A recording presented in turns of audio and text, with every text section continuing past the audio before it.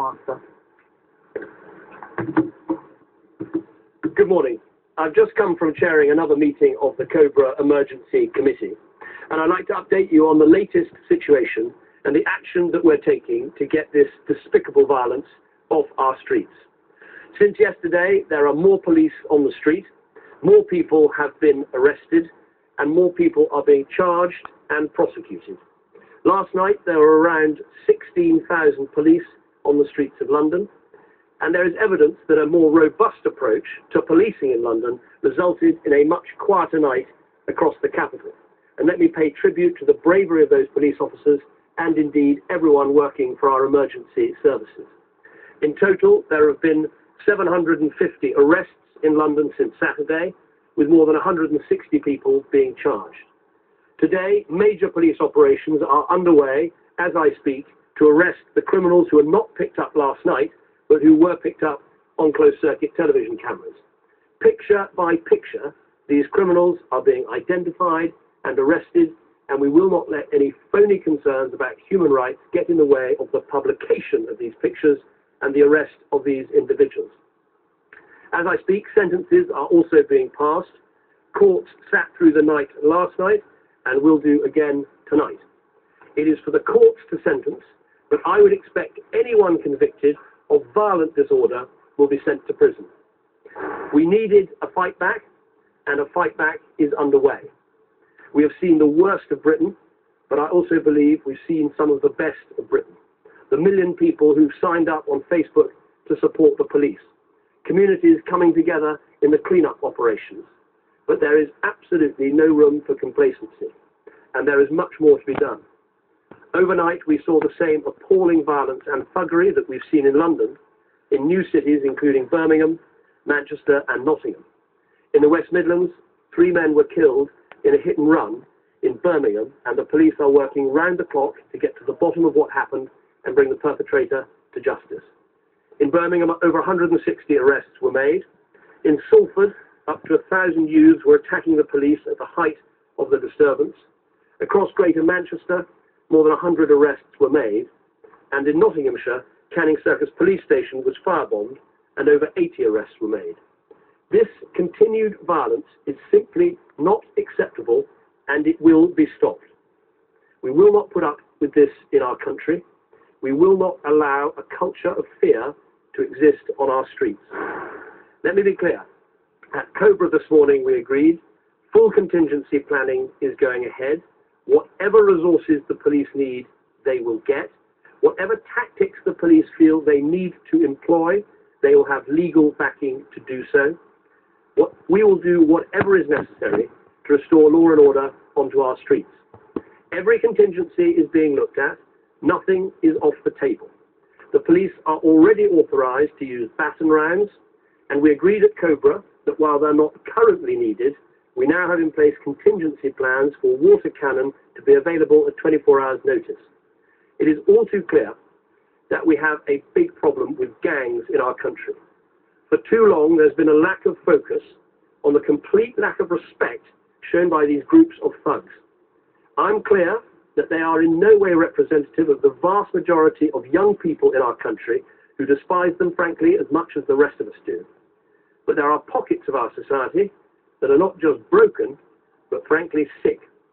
When we see children as young as 12 and 13 looting and laughing, when we see the disgusting sight of an injured young man with people pretending to help him while they are robbing him, it is clear there are things that are badly wrong in our society. For me, the root cause of this mindless selfishness is the same thing that I have spoken about for years. It is a complete lack of responsibility in parts of our society, people allowed to feel that the world owes them something, that their rights outweigh their responsibilities, and that their actions do not have consequences. Well, they do have consequences. We need to have a clearer code of values and standards that we expect people to live by, and stronger penalties if they cross the line. Restoring a stronger sense of responsibility across our society, in every town, in every street, in every estate, is something I'm determined to do. Tomorrow, Cobra will meet again. Cabinet will meet. I'll make a statement to Parliament. I'll set out in full the measures that we'll take to help businesses that have been affected, to help rebuild communities, to help rebuild the shops and buildings that have been damaged, to make sure the homeless are rehoused, to help local authorities in all the ways that are necessary. But today, right now, the priority is still clear. We will take every action necessary to bring order back to our streets. Very happy to take some questions. Joey Jones from Sky. Thank you, Prime Minister. Prime Minister, do you think that Boris Johnson is right? You shouldn't be cutting the police when all this is going on. And can I ask you, if you were out on the streets of London last night, you would have been in a place that was not at all reassuring. It felt like a city under siege, to be frank. Do you think that that is a situation that is sustainable? Well, first of all, obviously, mayors, local authorities always want more money. And I don't blame them for that. It's the government's job to give them what they need and to make sure they make the most of what they get. The first question I asked in Cobra today was whether the police had the resources that they needed, and they said yes, they did. And I believe actually the last 3 days has demonstrated how important it is to get the most out of what we've got. We've gone from 3,000 work hard to increase visible policing. That can be done. Your second question, no, I don't want London to be in a permanent lockdown or shutdown. I want London to go back to normal. And frankly, it's the job of the police to police our communities, to protect businesses and shops so they can remain open. And I want London to go back to being the thriving, bustling, international success story, wonderful city that it is. And the sooner we can get there, the better. Nick Robinson. Prime Minister, you have said that parts of Britain are sick. What is the cure in your view? And what do you say to people who say that part of the cure is more police, not fewer, more prison places, not fewer? Well, when I say parts of Britain are sick, the one word I would use to sum that up is irresponsibility. The sight of those young people running down streets, smashing windows, taking property, looting, laughing as they go, the problem of that is a complete lack of irresponsibility, a lack of proper parenting, a lack of proper upbringing, a lack of proper ethics, a lack of proper morals. That is what we need to change. There's no one trigger that can change these things. It's about parenting, it's about discipline in schools, it's about making sure we have a welfare system that doesn't reward idleness. It is all of those things. Now, of course, we want to get the maximum out of the police budget, to put the most police we have on the streets. Of course, we want to get value for money out of everything that we do. But let's not ignore the fact that, that what we're seeing on our streets is actually a lack of responsibility. It is as much a moral problem as a political problem. That's what we're seeing. That's what we need to deal with. And I think the whole country feels that way and recognises this is a problem for our society and one we have to cure and deal with.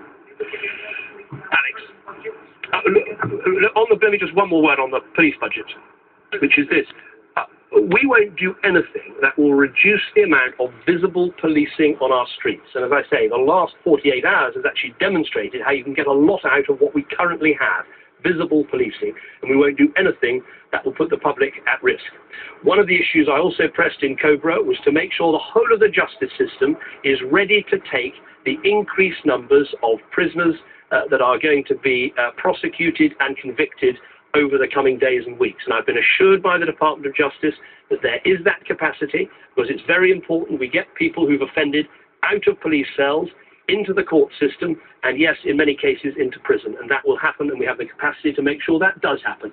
And in terms of the prison estate, it always has to respond to what sentences actually pass. If they want to send more people to prison, the government has an obligation to provide those places, and it will do so. Alex Forrest.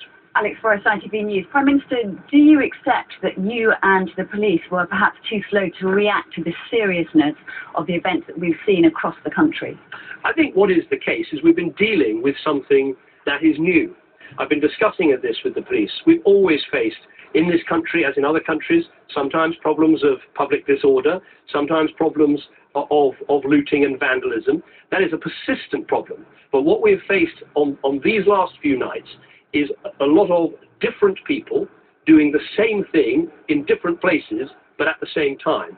That has been immensely challenging for the police, and I think the police would accept, as everyone involved would accept, there are major lessons to learn about how we make sure we are really well prepared for events like this, both now and in the future. It's a huge challenge to our police, who have to meet many challenges. We meet in Cobra, we discuss problems we face in terms of terrorism, we discuss problems we face in terms of the Olympics. But this problem, as I say, of the different people doing the same thing, aggressive, violent looting in different parts of the country and the capital at the same time, has been a new challenge, and we'll have to learn the lessons. Police tactics and action may have to change, but what I've set in train is a process to make sure that happens, not just in the future, but right now, to try and keep more Londoners and others in our country safe. Can I thank you all very much for coming? As I said, there'll be a cabinet meeting tomorrow, a COBRA meeting tomorrow, a statement in the House of Commons, a debate as well, where many more of these questions can be asked and indeed answered. Thank you.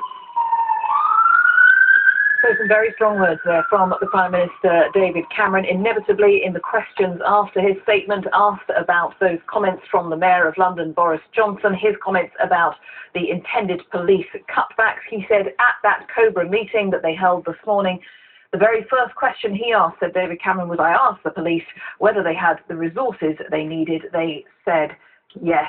And then a lot of talk, as you said, and that was reflected in the questions as well, about what he believed to be the causes behind everything we've seen over the last 2 days. A lack of parenting, a lack of ethics and discipline are just some of the points that he picked out. Indeed, the Prime Minister making it clear that we needed a fight back, and the fight back is underway. He said that evidence that a more robust approach to policing worked and kept things quiet. Let's go to our political correspondent, Vicky Young, who was listening to all that. Vicky, quite a wide range